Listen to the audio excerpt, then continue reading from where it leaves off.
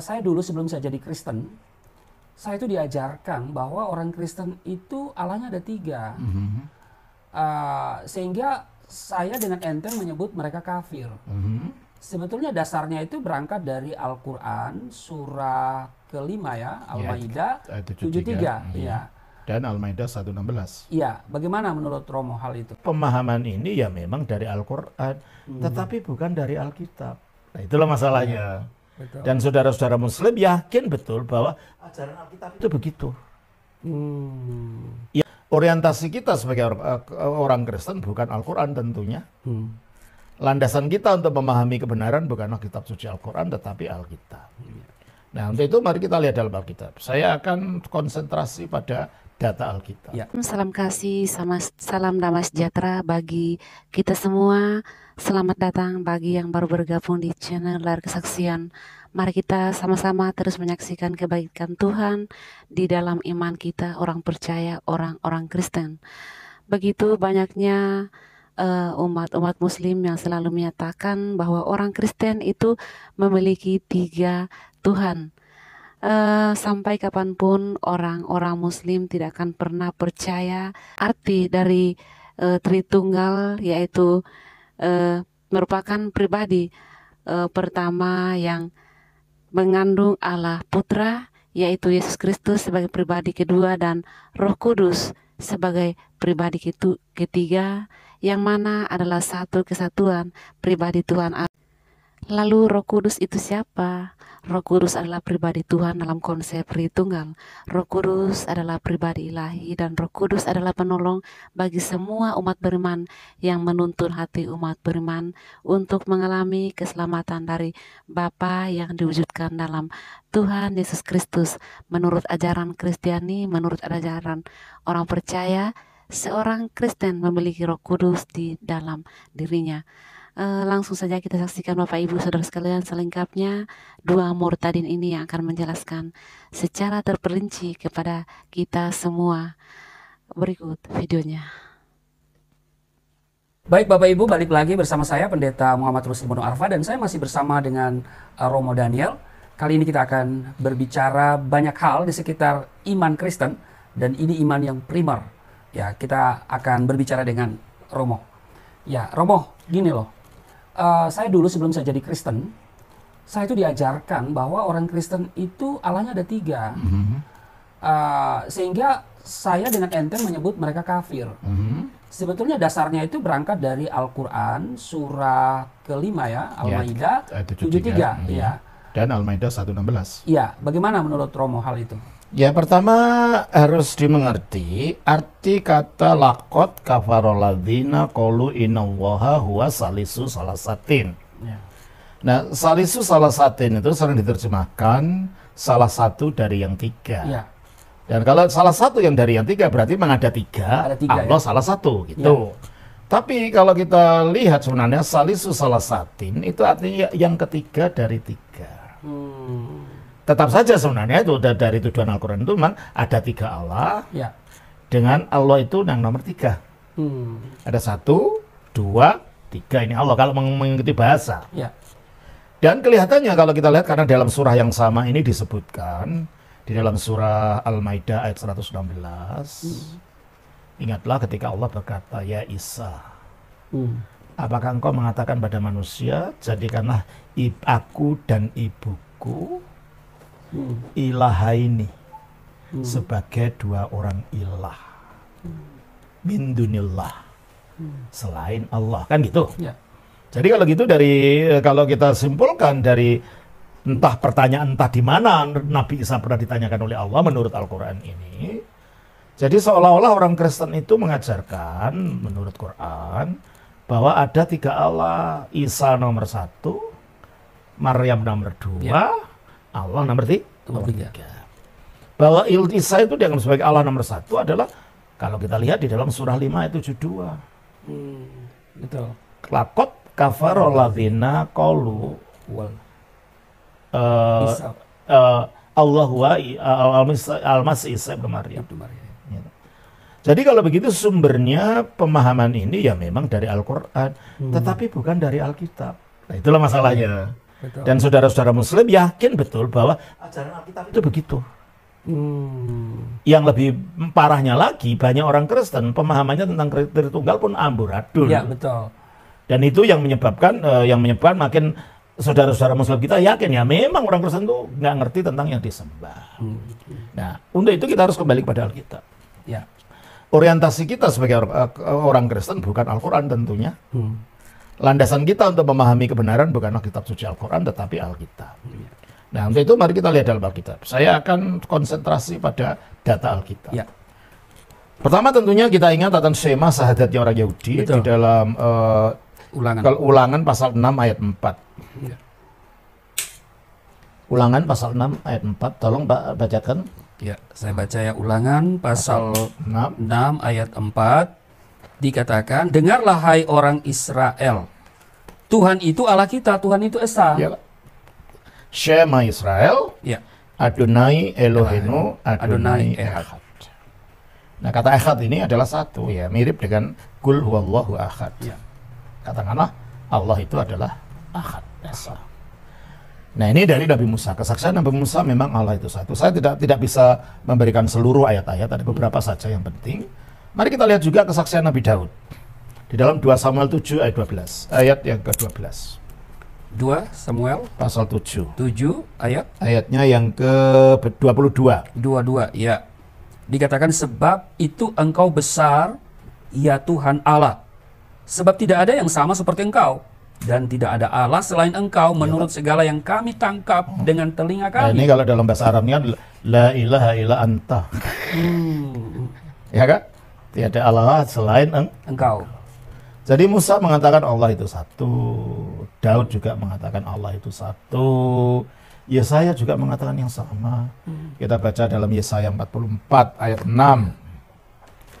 Yesaya 44 Ayat 6. ayatnya yang ke-6 dikatakan. Kita ambil ayat-ayat yang mewakili saja Ya. ya. Beginilah firman Tuhan, Raja dan Penebus Israel, Tuhan semesta alam. Akulah yang terdahulu dan akulah yang terkemudian. Tidak ada Allah selain daripadaku. Tidak ada Allah selain daripadaku. Kesaksian perjanjian lama yang terakhir yang perlu kita catat adalah kitab Zakaria 14 ayat 9. Zakaria 14 ayat 9. pasal berapa, Romo? Maaf. 14 ayat 9. 14:9, ya. Dikatakan, maka Tuhan akan menjadi raja atas seluruh bumi. Pada waktu itu Tuhan adalah satu-satunya dan namanya satu-satunya. Namanya adalah Echad.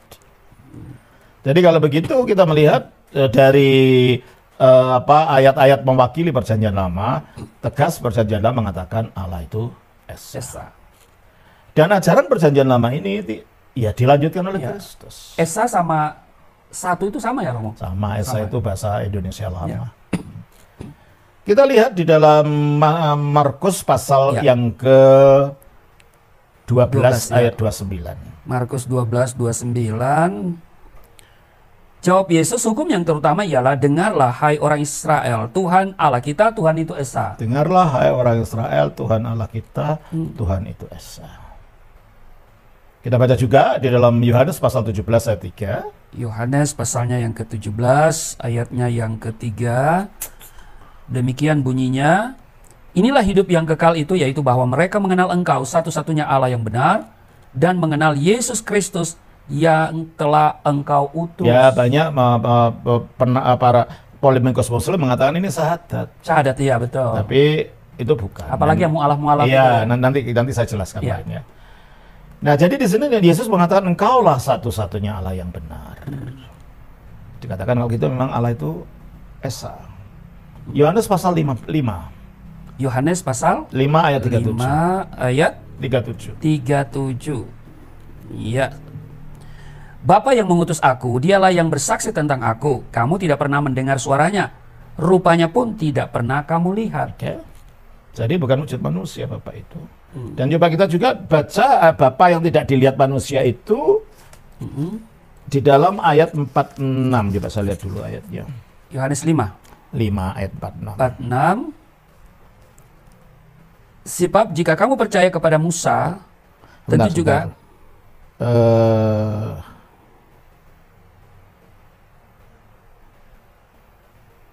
ayat 44. ayat 44, Yohanes pasal 5:44, bagaimanakah kamu dapat percaya, kamu yang menerima hormat seorang dari yang lain, dan yang tidak mencari hormat yang datang dari Allah yang esa. Allah yang esa.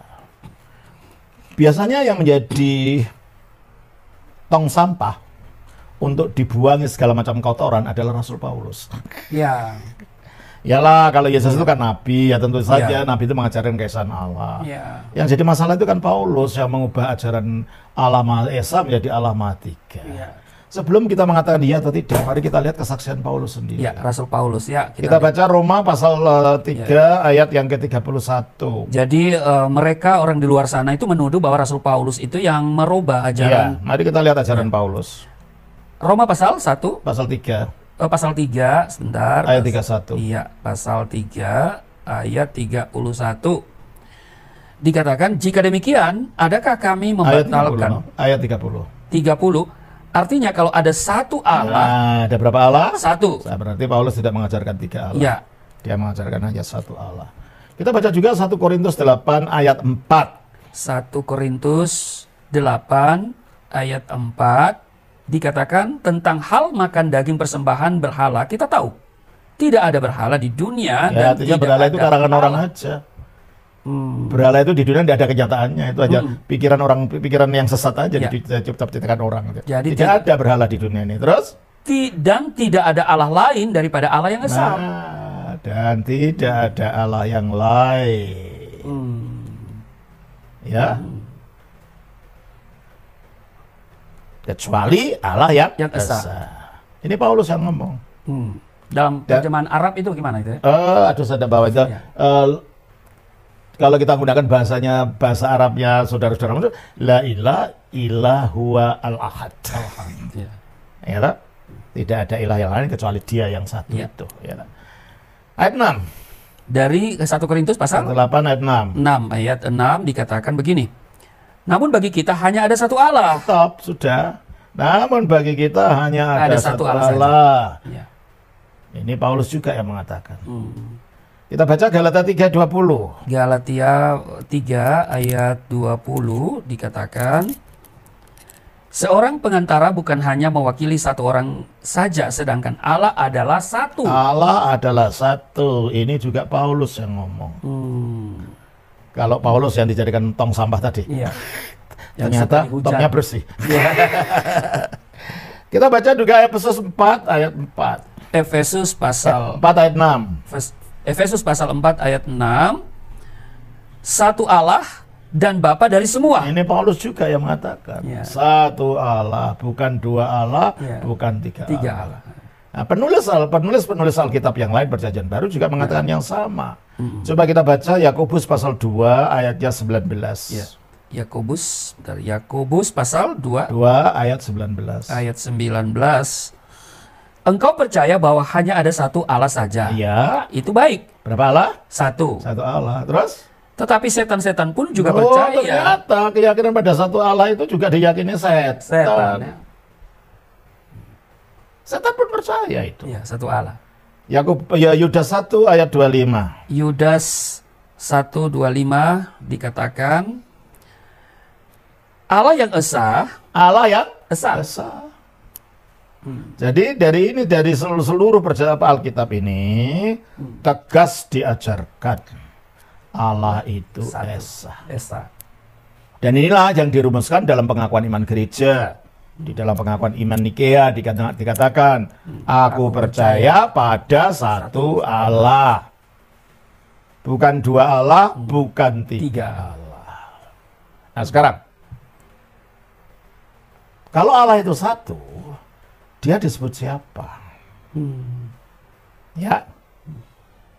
Mari kita baca di dalam Yohanes 17 ayat 1 dan ayat 3. Yohanes pasal 17 pada ayat 1 dan 3. Demikianlah kata Yesus. Lalu ia menengadah ke langit dan berkata, Bapa, telah tiba saatnya. Ya. Jadi Yesus menyebut kepada siapa? Bapa. Lalu ayat 3. Inilah hidup yang kekal itu, yaitu bahwa mereka mengenal Engkau satu-satunya Allah yang benar. Stop. Jadi kalau gitu menurut kedua ayat ini, satu-satunya Allah yang benar itu siapa? Bapa. Adakah Allah disebut Bapa di dalam Islam? Tidak. Berarti kalau gitu Allah yang benar menurut Yesus itu bukan Allah Subhanahu wa taala. Iya. Menurut Yesus adalah Bapa. Jadi Allah Subhanahu wa taala itu berbeda dengan Allah yang ya, disebut oleh karena Abraham, bukan ya? Allah yang esa yang dimaksud Yesus itu Ya. bukan Allah Subhanahu wa taala, tetapi itu adalah Bapa. Di mana dalam Islam gelar itu ditolak karena gelar anak bagi Yesus pun ditolak. Coba kita baca. Dengan Yesus menyebut Allah itu Bapa, berarti asumsinya dia anak. Ya kan? Ya. Coba kita baca di dalam Yohanes 17 ayat 1 dan 2. Ya. Ayat 1 Dan 2. Demikian kata Yesus, lalu ia menengadah ke langit dan berkata, Bapa, telah tiba saatnya, permuliakanlah anakmu. Nah, apakah ini Allahnya Islam? Tidak, Yang ada Bapa dan anaknya ini? tidak. Tidak. Dan itulah yang dimaksud Yesus sebagai Allah satu-satunya Allah yang benar. Benar. Makanya kalau baca tidak bisa satu ayat terus dicomot, ditafsirkan lepas dari konteksnya, tidak bisa. Yesus sedang ngomong tentang siapa? Tentang Bapa yang dirinya disapa sebagai anak. Anak yang gimana? Ya. Teruskan? Ya. Kemudian di ayat yang supaya anakmu mempermuliakan engkau. Sama Jadi dia seperti mengatakan, Ya. Yesus disebut anakmu. Ya. Berarti Allah satu-satunya yang diyakini oleh Yesus, diajarkan oleh Yesus ini Allah yang punya anak. Iya. Dan itu dirinya. Nanti muncul lagi di luar sana, kalau Allah punya anak siapa bilang? Nanti. Yang penting konteksnya ini Ya, dulu. Konteksnya ini kita luruskan. Mantap ini, Ya. mantap nih. Ini Ya. bukan kaling-kaling Bapak Ibu ya. Konteksnya ini dulu. Ya. Baru disebut anakmu memuliakan Engkau. Lah anakmu itu yang gimana? Ayat 2. Sama seperti engkau telah memberikan kepadanya kuasa atas segala yang hidup. Loh, mana sih ada nabi biasa punya kuasa atas segala yang hidup? Ada. Ternyata yang disebut anak itu punya kuasa atas segala yang hidup. Ya, kita percaya kata-kata Yesus atau kata-kata orang lain. Betul. Ya kan? Ya. Oh, kamu kenal Romo Daniel? Kenal. Yang mana itu yang jual Daud bawa pohon asam itu ada.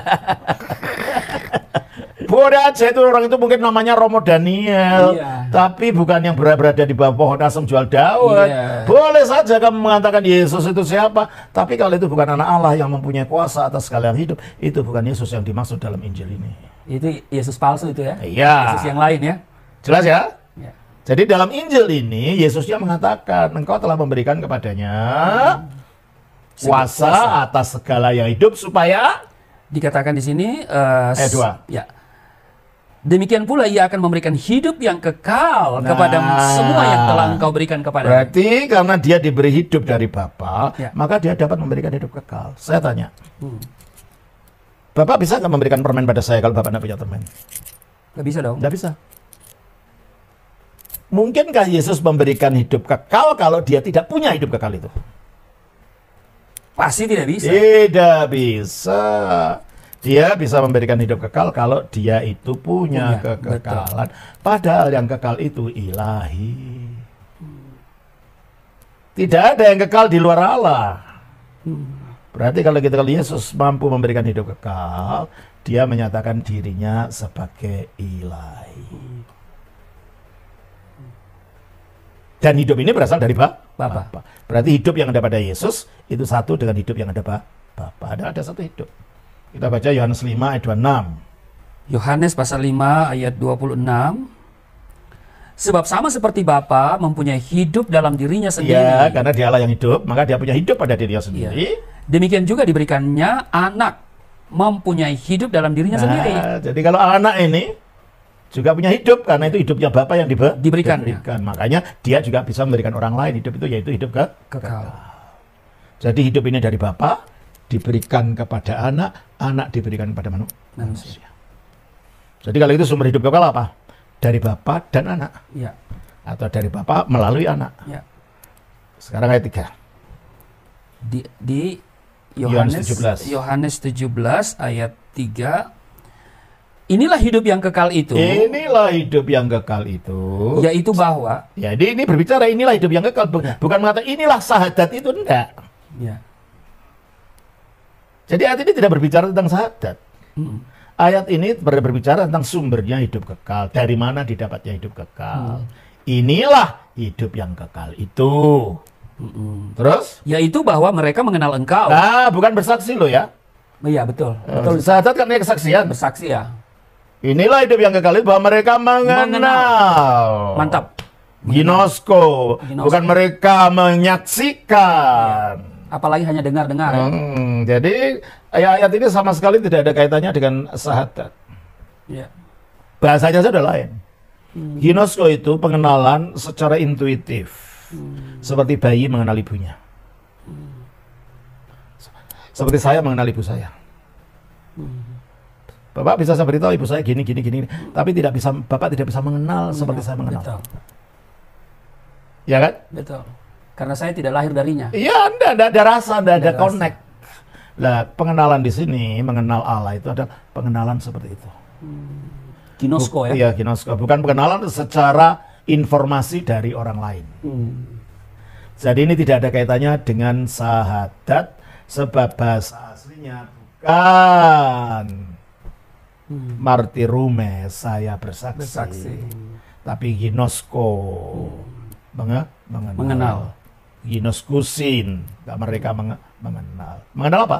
Satu-satunya Allah yang siapa satu-satunya Allah ini? Mengenal Yesus. Siapa satu-satunya Allah? Bapa yang mempunyai anak tadi, yang kepadanya dia memberikan hidup kekal. Kalau itu Allah Subhanahu wa taala enggak itu?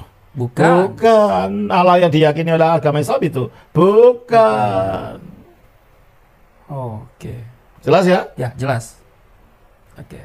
Jadi apa katanya? Supaya mengenal engkau Bapa sebagai satu-satunya Allah yang benar. Jadi kalau bukan Bapa, ya bukan Allah. Hamba ya, berhala. Karena sebab satu-satunya Allah yang benar itu Bapa. Ya kalau bukan Bapa, ya bukan yang dimaksud Yesus. Jelas? Jelas. Mengenal engkau satu-satunya Allah yang benar. Dan mengenal Yesus dan Kristus ginosko yang telah engkau utus. Mengapa? Mengapa sumber hidup kekal itu harus Allah dan Yesus? Ya karena kehidupannya Allah diberikan kepada Yesus. Dan melalui Yesus diberikan kepada kita. Ayat 1 dan 2 tadi. Nah, Yesus yang kau utus. Loh, ini kan cuma utusan saja. Ya jangan ditafsirkan dari kitab suci orang lain, harus ditafsirkan dari kitab suci ini sendiri. Yesus diutus artinya apa? Kita baca di dalam Yohanes pasal 6 ayat 38. Yohanes 6 ayat 38. Sebab aku telah turun dari surga bukan untuk melakukan kehendakku, tetapi untuk melakukan kehendak Dia yang telah mengutus aku. Jadi dia diutus oleh siapa? Bapa. Dari mana? Surga. Surga ke dunia. Bumi. Itu loh pengutusannya itu. Ya memang diutus, kamu tadi di sana lalu ke sini gitu loh. Dari surga ke bumi. Jadi kadang-kadang mereka bilang ya ini kan dia utusan, berarti dia rasul. Enggak. Ya, beda beda. Loh, rasul itu kan jabatan untuk menyampaikan agama. Ya. Ini enggak, ya memang diutus pergi dari tempat ke tempat lain. Utusannya tuh utusan turun dari surga. Jelas? Jelas. Kita baca lagi. Nah, sekarang Paulus juga mengikuti ajaran Yesus. Galatia 4 ayat 4. Galatia 4 ayatnya yang keempat dikatakan ini. Tetapi setelah genap waktunya, maka Allah mengutus anaknya. Stop. Terus? Yang lahir. Stop. Mana lebih dulu, pengutusannya atau lahirnya? Utus. Nah, jadi kalau gitu, kalau sudah lahir dia sudah diutus. Ya. Berarti dia sudah ada sebelum lahir. Betul. Diutusnya dari mana kali itu? Surga. Dari surga ke bumi. Sudah berwujud manusia? Belum. Berarti ini diutus tidak ada kaitannya dengan rasul dalam pengertian yang dimaksud oleh para saudara-saudara kita. Ya. Jadi tidak ada hubungannya ya? Tidak ada hubungannya. Lalu mengaitkan bahwa Yesus itu rasul dengan mengambil ayat Alkitab dengan kata mengutus itu salah. Mengutus asal dari mana? Dari surga ya kan? Kita baca juga Yohanes 3 ayat 3. Yohanes 3 ayatnya yang ketiga dikatakan, adakah kamu sebodoh itu? 13 ayat 13. Yohanes ya? Sebentar. Yohanes 3 ayat 13. Ya, Yohanes pasal 3 ayat 13 dikatakan, tidak ada seorang pun yang telah naik ke surga selain daripada Dia yang telah turun dari surga, yaitu Anak Manusia, Yesus Kristus. Berarti dia di bumi turun dari surga. Dan turunnya itu namanya diutus. Ya kalau bahasa Arab ya memang diutus artinya rasul. Tapi rasul bukan gelar jabatan kan? Ya. Tapi diutus dalam arti memang diutus, Galatia 1:3 ayat 1. Jadi kita harus kembali ke bahasa aslinya ya. Bahasa aslinya dan konteks kitab suci. Betul, bukan Jangan baca kitab suci orang lain dibaca ke ayat kitab suci Injil, ya tidak bisa. ya. Jadi kalau ada yang memaksakan ya itu anggap Ya berarti keliru. keliru ya, Tidak sangat cocok keliru. dengan. Ya.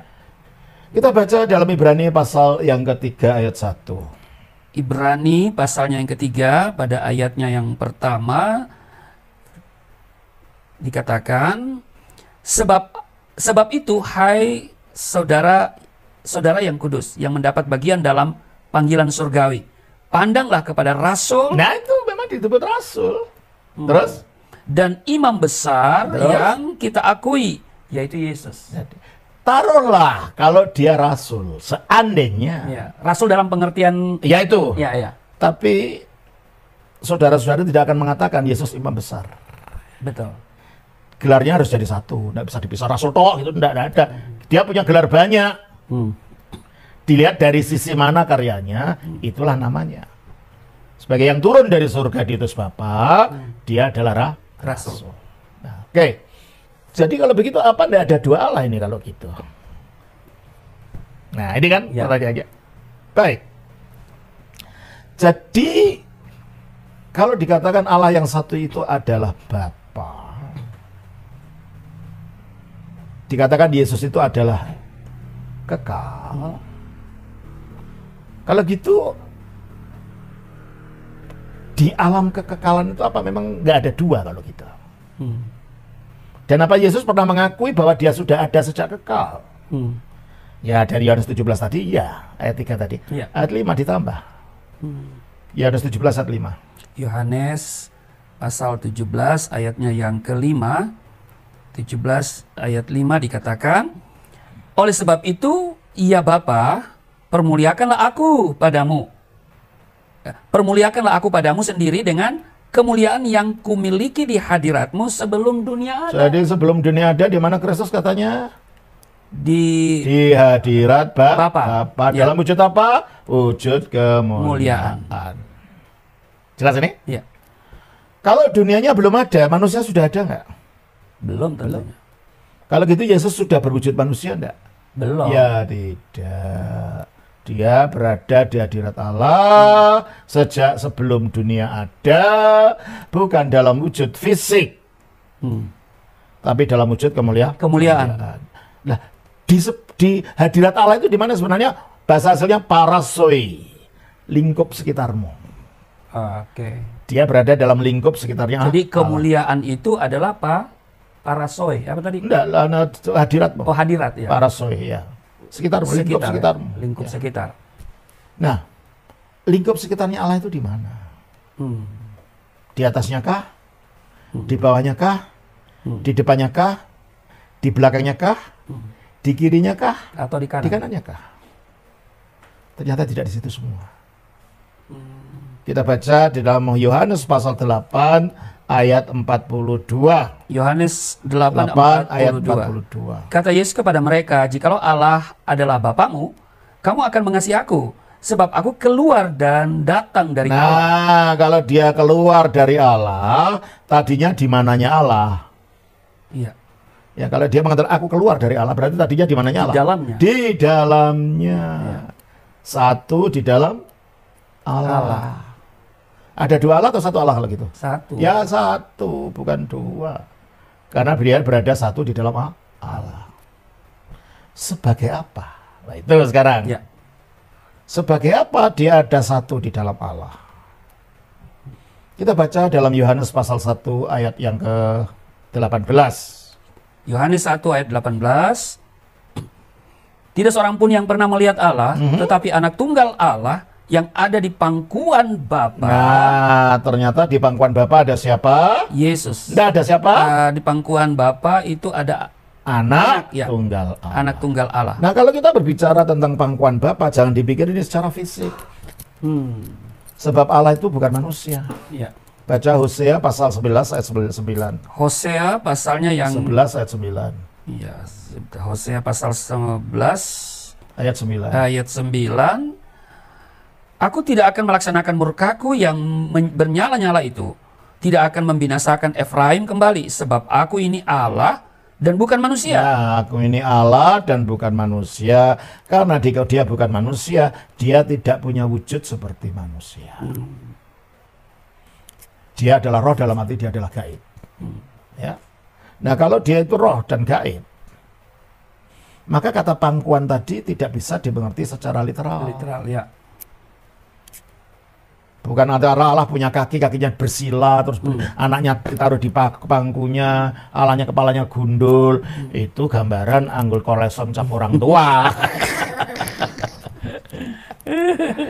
Di pangkuan artinya, di kedekatan diri Allah itu lambang dari, karena itu dekat dengan detak jantungnya yang memangku, dengan dekat dengan rangkulan yang memangku. Jadi dekat sekali ke dalam dirinya, dalam arti lain ada di dalam. Di dalam. Allah.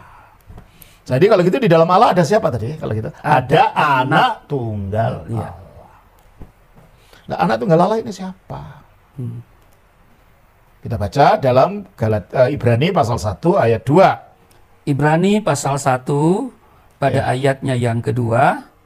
Dikatakan, maka pada zaman akhir ini ia telah berbicara kepada kita dengan perantaraan anaknya yang telah ia tetapkan sebagai yang berhak menerima segala yang ada.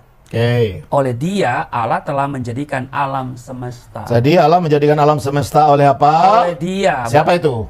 Yaitu anaknya. Anak. Jadi oleh anak ini Allah menjadikan alam semesta. Padahal anak tadi ada di mana tempatnya? Di pangkuan Bapa atau di dalam diri Allah. Nah, kalau gitu siapa anak ini? Ya tentunya di dalam perjanjian lama ada alusi, ada petunjuk ke sana, tapi belum seterang dalam perjanjian baru. Mari kita lihat bagaimana Allah menciptakan dunia di dalam perjanjian lama.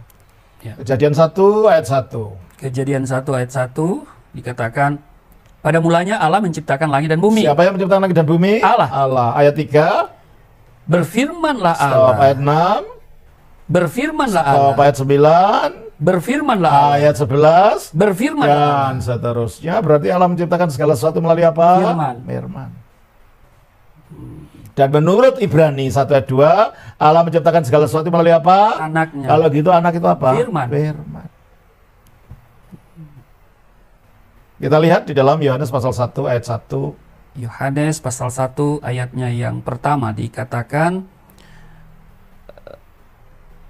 pada mulanya adalah firman. Ya, sebenarnya bahasa aslinya kalau diterjemahkan seharusnya pada mulanya firman itu sudah ada.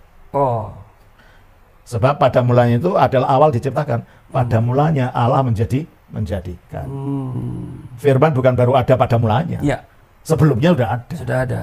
Ya, tapi kan? menurut terjemahan lain nih, pada mulanya adalah firman. Nah, yang terbaru itu juga bersama-sama dengan Allah, dan firman terjemahan itu yang kemarin itu pada mulanya sudah adalah firman. Oh, oke. Ya. Sudah ada perbaikan. Ya, pada mulanya adalah firman, terus firman itu bersama-sama dengan Allah. Bersama-sama dengan Allah, di mananya Allah? Di pangkuan, di dalam. Di pangkuannya, Ya. di dalamnya. Terus? Dan firman itu adalah Allah. Maksudnya gini. Bapak mengenal saya, Ya. Romo Daniel. Suatu hari saya pergi main-main ke rumah Bapak. Saya pulang, saya tidak sadar HP saya ketinggalan. Dari mobil saya telepon, kering, yang terima ibu. Bu, Bapak ada? Oh ya, sebentar ya. Ibu pasti akan panggil Bapak. Ya. Pak, ada telepon. Bapak pasti tanya, siapa? Siapa? Ibu tidak akan menjawab, suara. Ya. Oh iya. Apa jawabnya Ibu? Romo Daniel. Padahal itu kata-kata saya. Iya. Kata-kata saya adalah saya. Okay. Firman-Nya Allah adalah Allah. Contoh lain. Saudara-saudara yang mendengar ini kan belum pernah ketemu saya ya. Betul.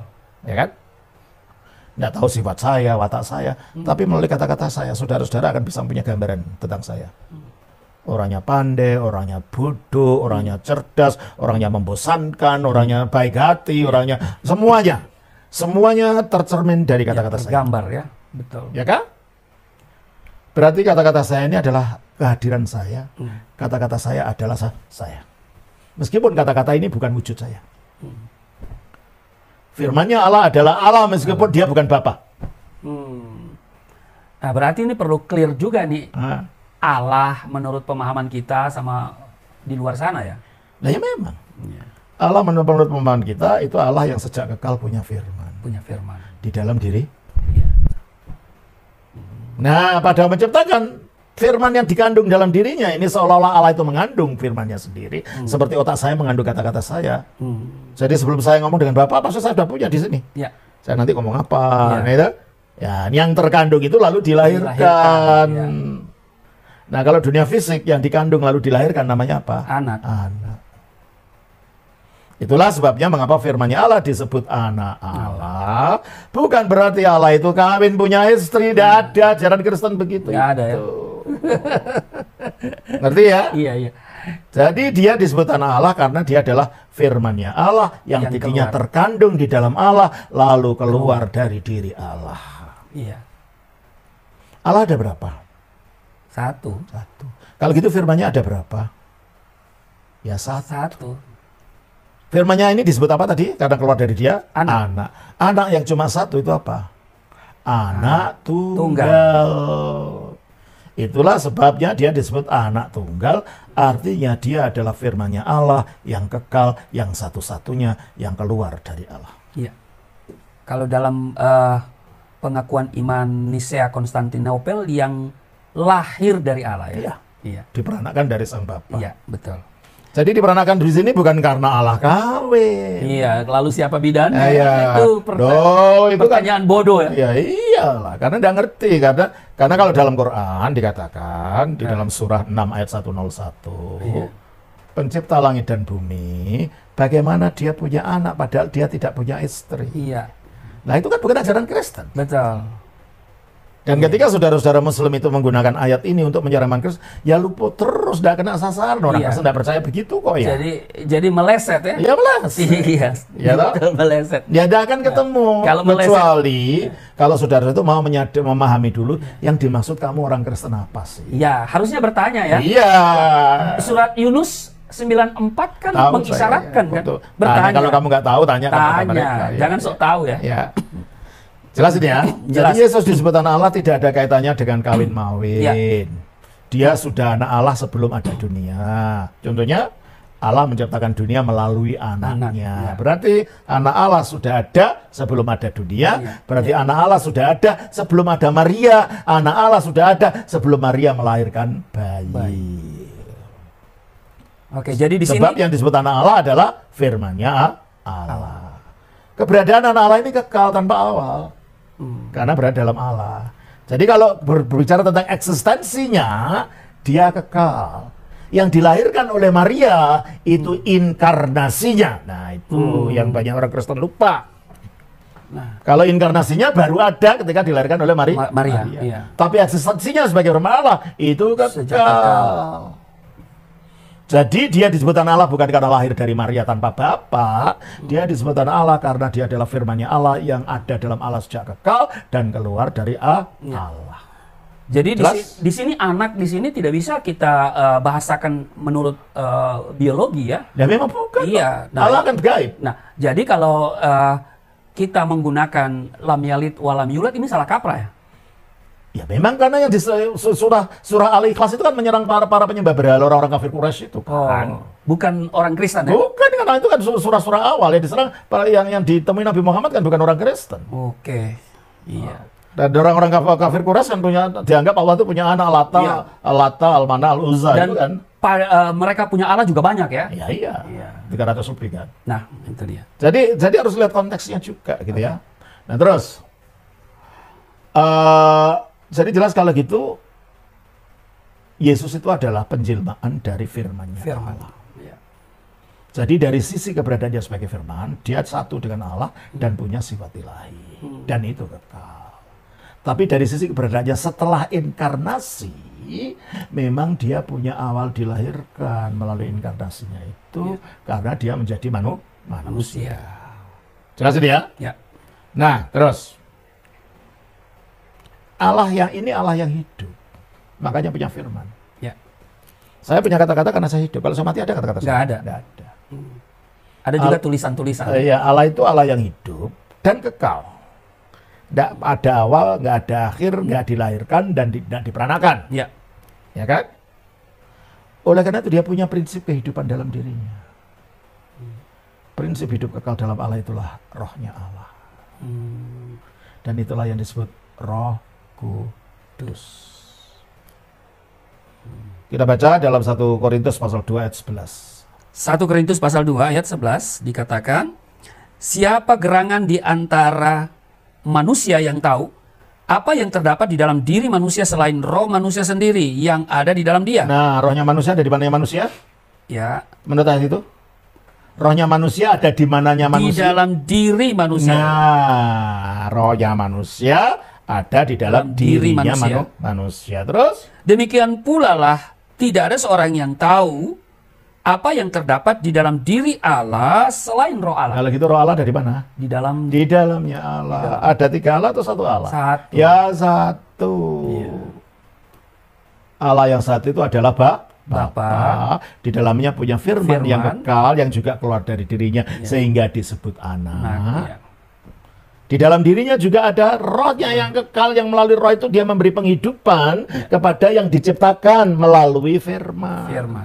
Dan inilah disebut Roh Kudus. Tapi dia bukan disebut anak yang kedua. Mengapa? Sebab fungsinya beda. Kalau firman itu untuk menyatakan Allah. Kata-kata saya itu menyatakan siapa saya. Betul? Iya. Nafas saya atau roh saya gimana? Hanya untuk menyatakan saya itu hidup. Kenapa? Coba katakan tidak keluar. Nafas saya keluar. Nyatakan apa itu? Nggak nyatakan apa-apa. Hanya menyatakan bahwa saya hidup. Ya. Dan ada kehidupan. Maka ini bukan gambar saya. Ya kan? Ya. Itu contoh dengan saya datang nelpon ibu tadi. Setelah saya telepon saya tidak ngomong apa-apa saja. Ibu ngomong apa sama bapak? Ada orang gila telepon tadi. Jelas ini ya? Iya. Coba kita baca Ayub pasal 33 ayat 4. Ulang Romo apa? Ayub 33 ayat 4. Oke, Ayub pasal 33 ayat yang keempat. Iya, ayat 4 dikatakan begini. Roh Allah telah membuat aku. Nah, dan nafas yang maha kuasa membuat aku hidup. Itu. Jadi inilah namanya puisi paralelisme. Suatu kebenaran diungkapkan dengan 2 cara yang berbeda. Roh Allah yang membuat aku. Nafas yang maha kuasa membuat aku hidup. Jadi kalau itu roh Allah itu apa? Nafasnya Allah. Dan melalui roh ini Allah memberi kehidupan terhadap ciptaan yang diciptakan oleh firman. Jadi Allah itu menciptakan segala sesuatu melalui firman-Nya dan rohnya.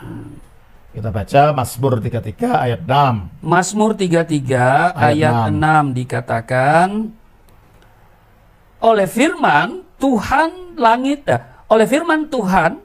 langit telah dijadikan, oleh nafas dari mulutnya segala tentaranya. Nah, jadi langit atau alam semesta ini diciptakan oleh firman Tuhan, dan segala tentara langit yaitu planet-planet, bintang-bintang dan lain-lain itu oleh nafas dari mulutnya.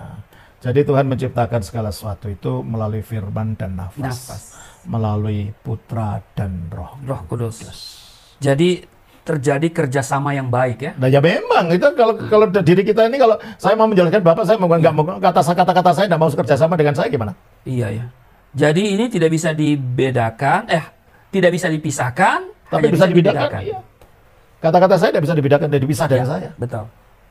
Tapi bisa dibedakan. Kata-kata saya adalah wujudnya suara dengan intonasi tertentu yang mengandung makna. Oke. Sebab saya wujudnya adalah orang gemuk, pakai jubah hitam dengan topi. Roh saya wujudnya adalah nafas yang keluar dari diri saya. Tapi nafas, kata-kata, dan saya itu satu di dalam diri saya. Nah, begitulah keadaan Allah. Dan inilah yang disebut Tritunggal. Biarpun kata-kata itu tidak ada dalam Alkitab, tapi kebenarannya ada. Kebenarannya ada, iya. Istilah itu tidak ada dalam... Ya sama dengan kata tauhid kan tidak ada dalam Al-Quran. Ya, betul. Ya kan? Iya. Tapi kebenaran tauhid menurut ajaran Islam kan diambil dari Quran. Ya. Tapi begini Romo, kan ini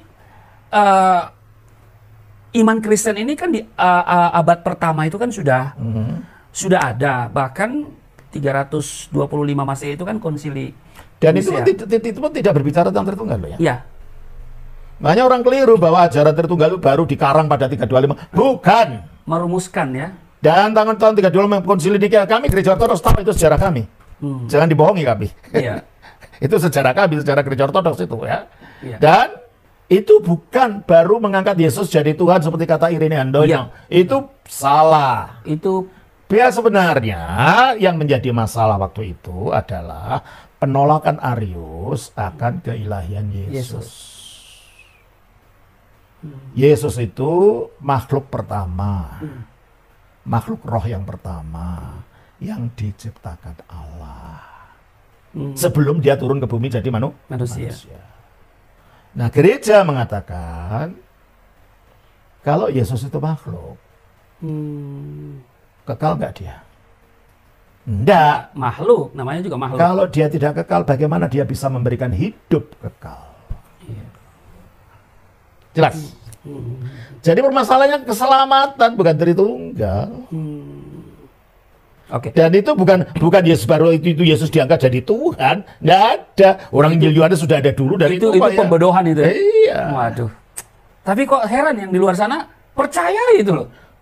Ya, agama itu ya sesuatu yang paling positif. Oke. Paling mudah untuk membodohi orang, tapi mudah juga untuk memintarkan orang. Tergantung di tangan siapa agama itu diberikan. Bahaya. Iya. Nah, ya. Jadi alat Tritunggal itu sudah nggak ada masalah ya dari abad pertama sampai kemudian nanti dikritik oleh Quran itu pada abad ke-6. Ya, dalam kritiknya juga tidak tepat sasaran. Ya, jadi kita setelah Tritunggal kan bukan terdiri dari Isa, Allah dan Maryam. Betul, betul. Kan? Jadi setelah kita menjelaskan apa yang dijelaskan oleh Romo tadi, bahwa apa yang tertulis itu bukan untuk mengkritik iman Kristen ya. Enggak. Iya, karena memang tempatnya juga berbeda ya. Iya, latar belakangnya juga berbeda. Beda. Iya. Jadi lam yalid wa lam yulad itu bukan iman Kristen yang dikritik ya, agama berhala yang ada di situ. Iya, jadi dulu memang sebelum saya jadi Kristen kan orang Kristen punya Allah 3, kok Yesus anak Allah, iya kan? Nah, tadi penjelasan Romo udah mengerti kita ya. Jadi satu penjelasan pertanyaan-pertanyaan yang banyak itu udah tertuang atau sudah masuk di dalam. Jadi kalau kita berbicara tentang kealahan Yesus, artinya dia itu firman-Nya Allah yang satu dengan Allah. Oke. Iya. Kalau kita berbicara tentang Yesus anak Allah, artinya dia firman yang tadinya terkandung lalu terlahir keluar dari dalam Allah. Itulah artinya anak Allah. Jadi Yesus itu juga Allah. Ya saya katakan tadi kan, kata-kata saya adalah saya. Betul. Ya. Maksudnya gitu. Yesus itu Allah bukan artinya dia itu Bapa, enggak. Ya. Coba kita baca di dalam doa. Makanya banyak orang Kristen yang keliru. Betul. Allah Bapa kami Tuhan Yesus. Lu gimana Allah Bapa kami kok Tuhan Yesus? Iya. Allah Bapa kami Bapa dari Tuhan Yesus harus gitu. Jadi kalau menyebut Yesus Allah masih oke, tapi menyebut Yesus Bapa? Ya enggak, bukan. Keliru ya. Mazmur berapa? Bukan Mazmur. 2 Korintus 11 ayat 31. 2 Korintus 11 ayat 31. Allah yaitu Bapa dari Yesus. Nah, udah jelas kan? Ya. Kalau Allah itu Bapa dari Yesus, masa Yesus itu Bapa itu juga? Oh.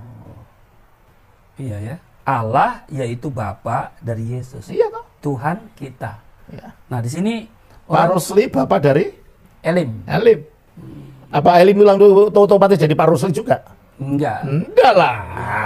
Itu satu. Yang kedua, kalau Yesus mengatakan dirinya keluar dari Bapa, apa dia keluar dari dirinya sendiri? Tidak. Ya enggak. Ya toh? Yang ketiga, kita baca dari Yohanes pasal 17 ayat yang ke-24. Yohanes pasal 17 ayat 24 dikatakan, ya Bapa, aku mau supaya dimanapun aku berada, mereka juga berada bersama-sama dengan aku. Mereka yang telah Engkau berikan kepadaku, agar mereka memandang kemuliaanku yang telah Engkau berikan kepadaku. Sebab Engkau telah mengasihi aku sebelum dunia dijadikan. Engkau mengasihi aku. Mungkinkah saya mencintai diri saya sendiri? Jatuh cinta pada diri saya sendiri? Mungkin enggak. Kecuali orang gila. Betul? Iya. Kalau Bapa itu mengasihi Yesus, mengasihi firman, Berarti Bapa dan Firman itu beda enggak? Yang mengasihi dan yang dikasihi ya beda. Betul? Betul. Dan itu terjadi sejak kekal. Kita baca juga di dalam Yohanes pasal 14 ayat yang ke-31. Yohanes 14:31. Tetapi supaya dunia tahu bahwa aku mengasihi Bapa. Nah, jadi Bapa mengasihi Firman, Ya, Firman mengasihi Bapa. Jadi di dalam diri Allah yang esa itu ada gerak kasih timbal balik dari Bapa kepada Firman-Nya, dari Firman kepada Bapa. Ya. Nah, Roh Kudus di mana, Dok? Nah, itu dia. Kita baca Roma 5 ayat 5. Roma pasal 5 ayatnya yang ke-5. Dan pengharapan tidak mengecewakan karena kasih Allah telah dicurahkan di dalam hati kita oleh Roh Kudus. Jadi fungsinya Roh Kudus apa menurut ayat ini? Di sini memberikan pengharapan. Bukan. Dicurahkan dalam hati kita. Baca lagi. Ya, yang telah dikaruniakan kepada kita. Baca lagi ayat 5. Ayat 6 ya. Enggak, 5. Dan pengharapan tidak mengecewakan karena kasih Ya, kasih Allah telah dicurahkan di dalam hati kita oleh Roh Kudus. Jadi fungsinya Roh Kudus apa? Memberikan kasih. Mencurahkan kasih. Kalau Roh Kudus itu kekal enggak? Kekal. Kita baca Ibrani 9 dan 14. Ibrani 9 ayat 14. Ibrani pasal 9 ayat 14. ayat 14. Betapa lebihnya darah Kristus yang oleh Roh yang kekal. Kalau Roh ini kekal karena Rohnya Allah, kekal dalam Allah. Ya. Fungsinya kekal enggak? Kekal. Fungsinya tadi apa? Memberikan kasih. Mencurahkan kasih. Nah, dalam alam kekekalan sebelum ada manusia, kasih ini dicurahkan kemana? Kepada anak. Kepada Dia yang sejak kekal dikasihi Allah. Ya. Siapa itu? Firman. Ya. Jadi Allah mencurahkan kasih-Nya melalui Roh kepada Putra. Ya.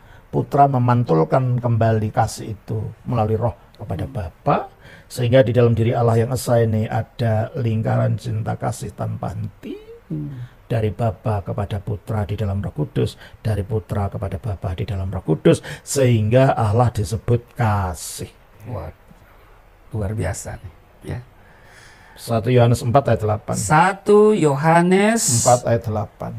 1 Yohanes 4 ayat 8. Barang siapa tidak mengasihi, ia tidak mengenal Allah. Sebab Allah adalah kasih. Mengapa Allah itu kasih? Karena Dia Tritunggal. Kenapa? Karena Dia itu Tritunggal tadi. Iya, Tritunggal. Ya. Sebab kasih itu selalu membutuhkan 3 unsur. Yang mengasihi, yang dikasihi, ya betul. Semangat cinta kasih. Ada yang mengasihi, orang yang dikasihi tidak ada, gimana bisa jalan? Ada yang ingin dikasihi, yang mengasihi tidak ada, bagaimana bisa jalan? Ada yang ingin mengasihi dan ingin dikasihi, tapi kimia cinta kasih yang namanya kemingatan tidak ada, mana bisa jalan. Ya. Maka kasih selalu berjalan ketika ada 3 unsur ini. Yang mengasihi yaitu Bapa, yang dikasihi adalah Firman. Semangat yang mengikat cinta kasih ini adalah Roh Kudus.